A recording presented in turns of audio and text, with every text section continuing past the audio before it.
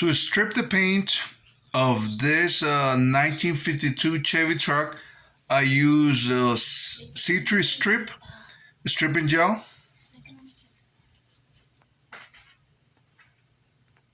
It only took me about half an hour to get all of it.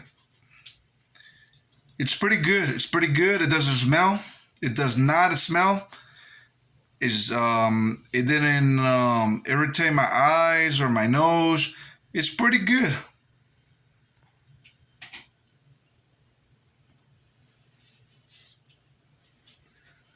Next step, I will be copper plating it. I will be using copper plate on top of that, give it a nice shine, and then we will see if I use nickel or cobalt.